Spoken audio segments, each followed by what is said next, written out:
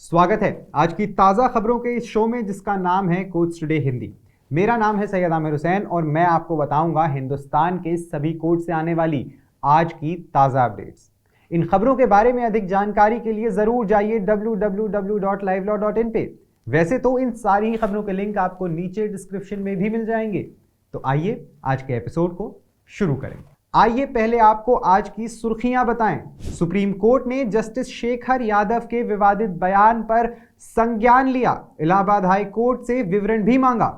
पूजा स्थल अधिनियम के समर्थन में सुप्रीम कोर्ट पहुंचे एमएलए जितेंद्र अवहड़। सुप्रीम कोर्ट ने छत्तीसगढ़ के आईपीएस अधिकारी गुरजिंदर पाल सिंह की अनिवार्य रिटायरमेंट रद्द करने के खिलाफ संघ की याचिका खारिज की। गुवाहाटी हाईकोर्ट ने सामूहिक बलात्कार की शिकार नाबालिग लड़की के 26 सप्ताह के गर्भ को गिराने की अनुमति दी। दिल्ली हाईकोर्ट ने आम आदमी पार्टी के लॉ प्रमुख संजीव नासियार को बीसीडी उपाध्यक्ष पद से हटाने के बीसीआई के फैसले पर रोक लगाई। सुप्रीम कोर्ट ने धारा 14 के तहत हिंदू महिलाओं के अधिकारों पर परस्पर विरोधी राय को बड़ी बेंच को भेजा।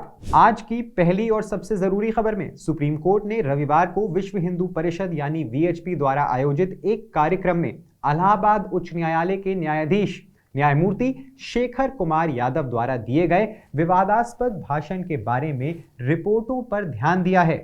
कोर्ट ने इलाहाबाद हाई कोर्ट से भाषण का ब्यौरा भी मांगा है।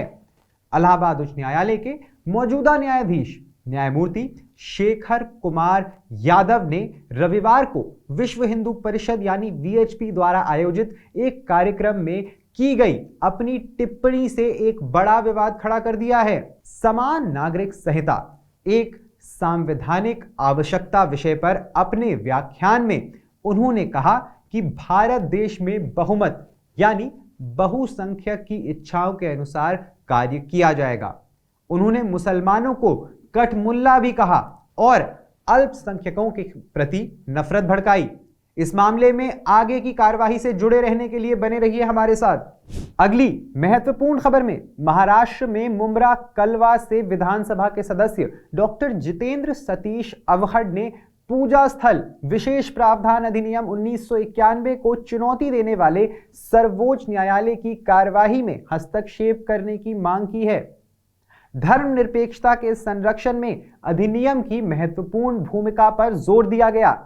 सांप्रदायिक सद्भाव को बढ़ावा देने और राष्ट्रीय एकता को बाधित करने वाले तनाव को रोकने के लिए एनसीपी शरद पवार से संबंधित विधायक ने कानून की संवैधानिकता का समर्थन किया है।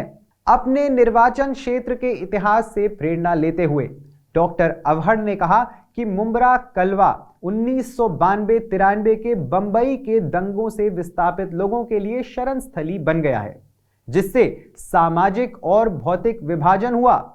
उन्होंने क्षेत्र में समुदायों के बीच विश्वास और एकता के पुनर्निर्माण के लिए चल रहे प्रयासों पर प्रकाश डाला और चेतावनी दी कि अधिनियम में कोई भी ढील शांति की दिशा में इन कदमों को कमजोर कर सकती है।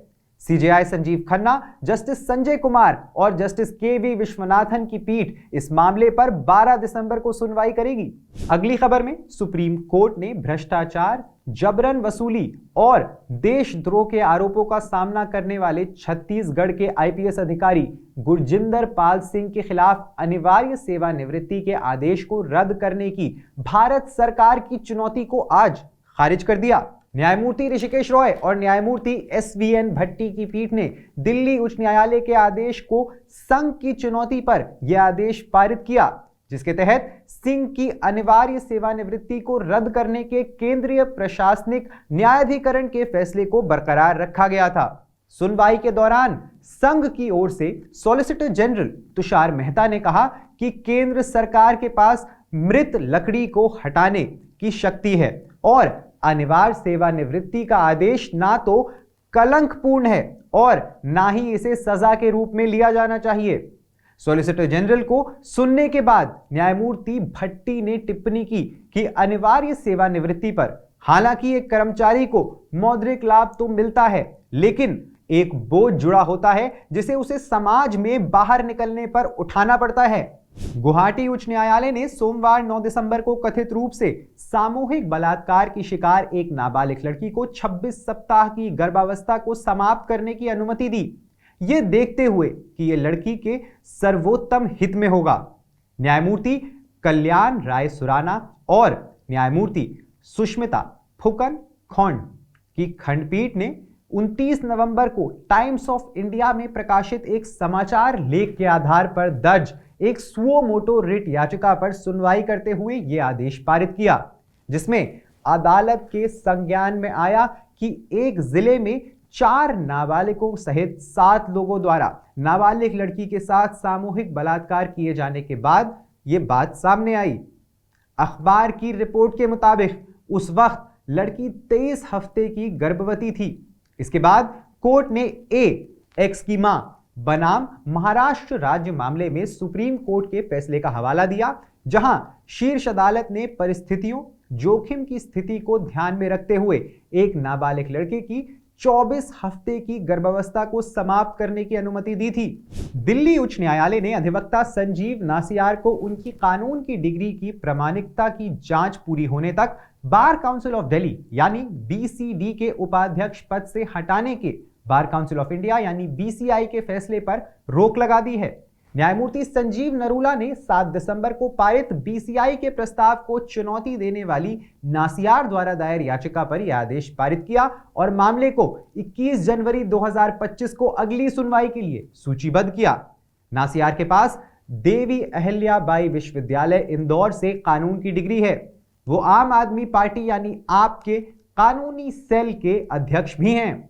बीसीआई ने अपने प्रस्ताव में कहा कि उसके द्वारा गठित उप समिति ने गहन जांच के बाद निष्कर्ष निकाला कि संजीव नासियार की एलएलबी ऑनर्स डिग्री की प्रामाणिकता अत्यधिक संदिग्ध थी। आज की आखिरी खबर में सुप्रीम कोर्ट ने सोमवार 9 दिसंबर को हिंदू उत्तराधिकार अधिनियम 1956 यानी HSA की धारा 14 भाग 1 और धारा 14 भाग 2 के बीच परस्पर क्रिया को लेकर विसंगतियों और परस्पर विरोधी व्याख्याओं पर प्रकाश डाला, जो हिंदू महिलाओं के अधिकारों से संबंधित हैं। उन्हें विरासत में मिली या उनके पास मौजूद संपत्ति के बारे में ये धाराएं बात करती हैं।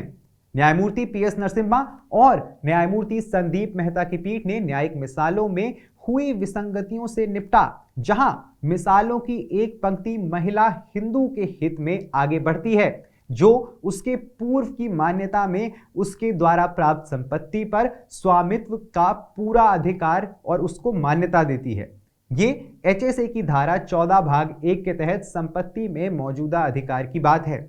और इसके विपरीत उदाहरणों की एक और पंक्ति HSA की धारा 14 भाग 2 पर निर्भरता के आधार पर अपने पूर्व मौजूदा अधिकार की मान्यता में प्राप्त संपत्ति उसके पूर्ण स्वामित्व को मान्यता नहीं देता है, जब तक कि उसके द्वारा प्राप्त संपत्ति HSA के अधिनियम के पहले या उसके समय पर ना हो। ज्यादा जानकारी के लिए सब्सक्राइब करिए हमारा YouTube चैनल या विजिट करिए हमारी वेबसाइट www.livelawin, जहां आप इन सारी खबरों के बारे में अच्छे से जान सकते हैं। लाइव लॉ हिंदी पे आपको हिंदी में सारी ताजा अपडेट्स भी मिल जाएंगी। अगर आपको ये वीडियो पसंद आया है तो इसे लाइक करिए और कमेंट करिए अपने व्यूज। हमें YouTube पर सपोर्ट करने के लिए हमारे चैनल से जुड़िए एज अ मेंबर और सिर्फ 89 रुपए प्रति माह में आप हमें सपोर्ट करके लीगल जर्नलिज्म को प्रमोट कर सकते हैं। धन्यवाद।